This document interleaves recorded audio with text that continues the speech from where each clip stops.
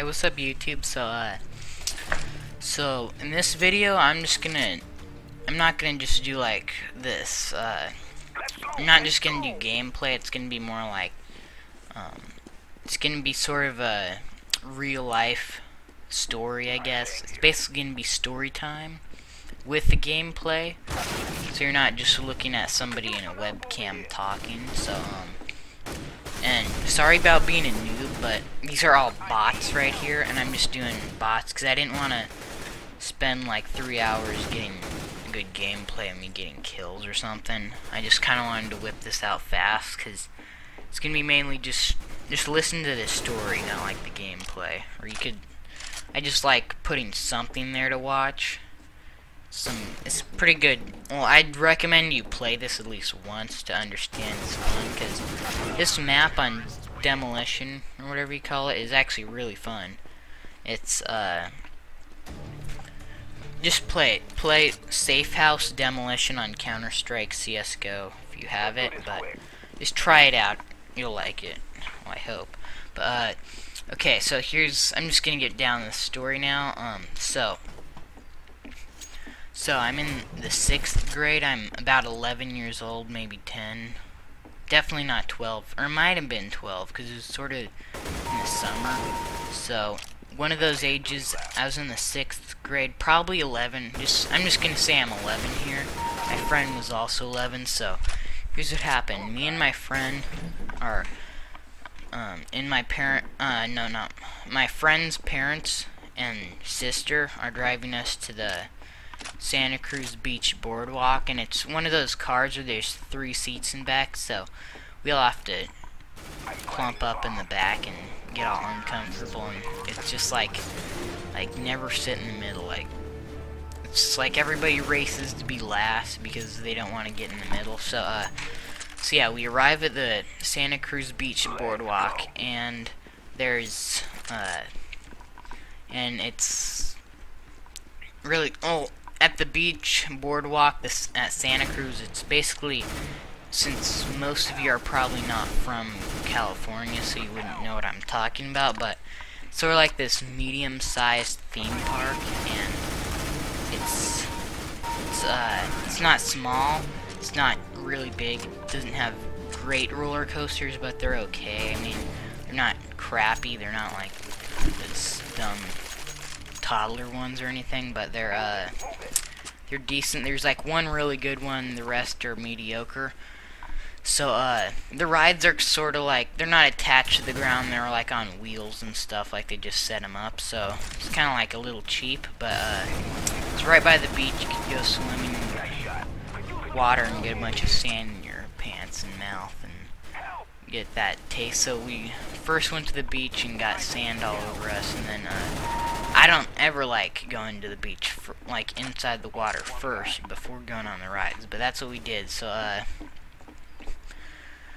when we were doing that, afterwards we went on this ride that was like, you go up, you get inside, there's 3 seats on it, you get inside of it, like you strap yourself onto a seat and like you could taste the air and stuff, like you're not indoors, but you're just on a seat, and then it goes up and down, up and down, up and down.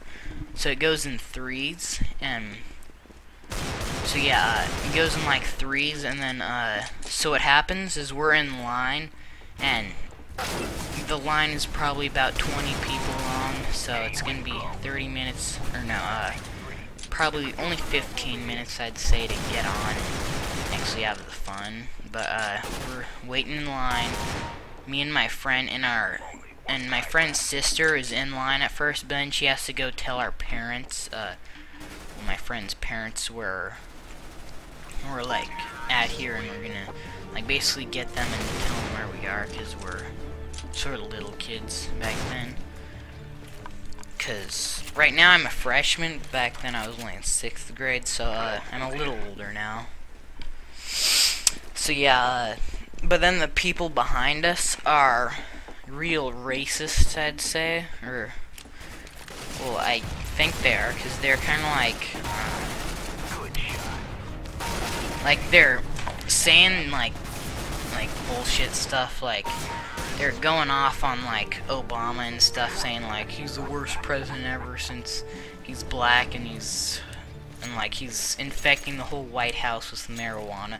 They said something like that, and it's like, really, it's like you're just gonna say random facts that you made up because you're racist, but like they're really loud people, so everyone in the line can hear them. Like they're like nobody could have another conversation since everyone in the line is just like, damn, those people are racist. Like it's just kind of like everybody else in the line was all silent and they're yelling about their racist thoughts or something, and then so we're having to listen to these two retards, and then like we were sort of like holding on to the bar or whatever to look at the ride, and then the people behind us that were the racists were like, "Are you people in line? Get in line," or something like that. And then they decided to just cut in front of us, and we're like, "Hey, that was our spot," and then they're like, "We're taking it because you're in line." It's like, really, just give us our spot back, douche. And this lady, these people behind us there's one old lady who's like 70 or 60 or something, and then there's some guy that was like 30 or 40 maybe, and she was talking to him. I think he was her son, possibly, something like that, and they're probably from the South because I could sort of hear their accent. So they might have been visiting, they might have just been born or like raised there or something. They got these accents, but not all people from the South are racist, just some of them are, from like, I guess, well, that's what I'm guessing though. Not everybody is, certainly, but there are a portion of them that are racists. Not a big one, but some of them. So, and these people are certainly part of that 5% portion, or maybe 1%, I don't know, but okay, so here's what it is. So these people are going off on that, and then we finally get our spot back because we're arguing with them. It's just like, let's just get on the ride, and then so my friend's sister gets back, and when she gets in line, like we're first in line now, or first or second, or we're up there. So so the people behind us are like going up to her saying like, "You can't do that, you just cut it," like they're all butthurt about that, and it's like, really, it's like, it's not even gonna matter because there's a 3-seat ride or whatever. We didn't say that because we were young and we didn't think about saying that, but the ride takes 3 people on it, and there are 2 of us. So if she didn't go there, that'd still mean they wouldn't lose any time at all. But they had to argue since they just like picking on people or something. And this lady's going off like getting all butthurt and stuff, and then she's like kind of cussing a little. She's cursing at us, and it's basically like she's cursing at 6th graders, and she's like 6 times our age or something like that. She's probably 20 times our age to be exact. But yeah, she's going off on my friend's sister, and then my friend's sister is probably like 16. She's not like, well, she's not near our age, but she's 16 or something. And then so our friend's sister just decides to leave because she's tired of this person just yelling at her. So I kind of felt bad about that since she didn't get to go on the ride, and it's just like, what a dick, just yell at a bunch of 6th graders, and you're like 20 times our age, for God's sake, maybe 100 times our age. But yeah,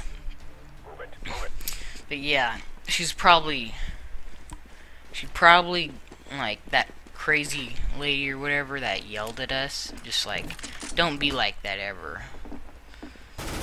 It's like, there's no excuse for just like yelling out like 6th graders like that. I mean, we didn't even do anything wrong. She's basically picking on us, and it's like, what a dick. So yeah, the moral of the story is, don't be like that racist lady.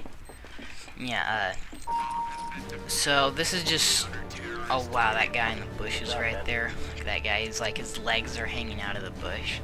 He got shot, but yeah, I'm gonna end the video right here, and I don't have anything to end this video with, like any punchlines, but see you guys.